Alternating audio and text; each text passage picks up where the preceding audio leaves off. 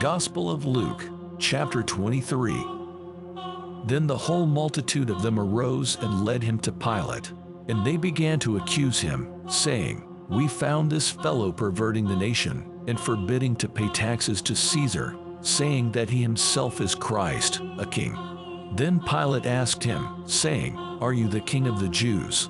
He answered him and said, "It is as you say." So Pilate said to the chief priests and the crowd, "I find no fault in this man." But they were the more fierce, saying, "He stirs up the people, teaching throughout all Judea, beginning from Galilee to this place." When Pilate heard of Galilee, he asked if the man were Galilean. And as soon as he knew that he belonged to Herod's jurisdiction, he sent him to Herod, who was also in Jerusalem at that time. Now when Herod saw Jesus, he was exceedingly glad, for he had desired for a long time to see him, because he had heard many things about him, and he hoped to see some miracle done by him. Then he questioned him with many words, but he answered him nothing.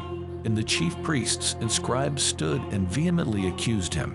Then Herod, with his men of war, treated him with contempt and mocked him, arrayed him in a gorgeous robe, and sent him back to Pilate. That very day Pilate and Herod became friends with each other, for previously they had been at enmity with each other. Then Pilate, when he had called together the chief priests, the rulers, and the people, said to them, "You have brought this man to me, as one who misleads the people, and indeed, having examined him in your presence, I have found no fault in this man concerning those things of which you accuse him. No, neither did Herod, for I sent you back to him, and indeed nothing deserving of death has been done by him. I will therefore chastise him and release him." For it was necessary for him to release one to them at the feast. And they all cried out at once, saying, "Away with this man, and release to us Barabbas, who had been thrown into prison for a certain rebellion made in the city, and for murder." Pilate, therefore, wishing to release Jesus, again called out to them. But they shouted, saying, "Crucify him! Crucify him!" Then he said to them the third time, "Why, what evil has he done? I have found no reason for death in him. I will therefore chastise him and let him go." But they were insistent, demanding with loud voices that he be crucified, and the voices of these men and of the chief priests prevailed. So Pilate gave sentence that it should be as they requested, and he released to them the one they requested, who for rebellion and murder had been thrown into prison. But he delivered Jesus to their will. Now as they led him away, they laid hold of a certain man, Simon a Cyrenian, who was coming from the country, and on him they laid the cross that he might bear it after Jesus. And a great multitude of the people followed him, and women who also mourned and lamented him. But Jesus, turning to them, said, "Daughters of Jerusalem, do not weep for me, but weep for yourselves and for your children. For indeed the days are coming in which they will say, 'Blessed are the barren, wombs that never bore, and breasts which never nursed.'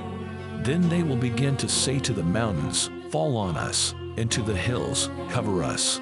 For if they do these things in the green wood, what will be done in the dry?" There were also two others, criminals, led with him to be put to death. And when they had come to the place called Calvary, there they crucified him, and the criminals, one on the right hand and the other on the left. Then Jesus said, "Father, forgive them, for they do not know what they do." And they divided his garments and cast lots. And the people stood looking on, but even the rulers with them sneered, saying, "He saved others, let him save himself if he is the Christ, the chosen of God." The soldiers also mocked him, coming and offering him sour wine, and saying, "If you are the king of the Jews, save yourself." And an inscription also was written over him in letters of Greek, Latin, and Hebrew, "This is the King of the Jews." Then one of the criminals who were hanged blasphemed him, saying, "If you are the Christ, save yourself and us." But the other, answering, rebuked him, saying, "Do you not even fear God, seeing you are under the same condemnation? And we indeed justly, for we receive the due reward of our deeds. But this man has done nothing wrong." Then he said to Jesus, Lord, remember me when you come into your kingdom. And Jesus said to him, Assuredly, I say to you, today you will be with me in paradise. Now it was about the 6th hour, and there was darkness over all the earth until the 9th hour. Then the sun was darkened, and the veil of the temple was torn in two. And when Jesus had cried out with a loud voice, he said, Father, into your hands I commit my spirit. Having said this, he breathed his last. So when the centurion saw what had happened, he glorified God, saying, Certainly this was a righteous man. And the whole crowd who came together to that sight, seeing what had been done, beat their breasts and returned.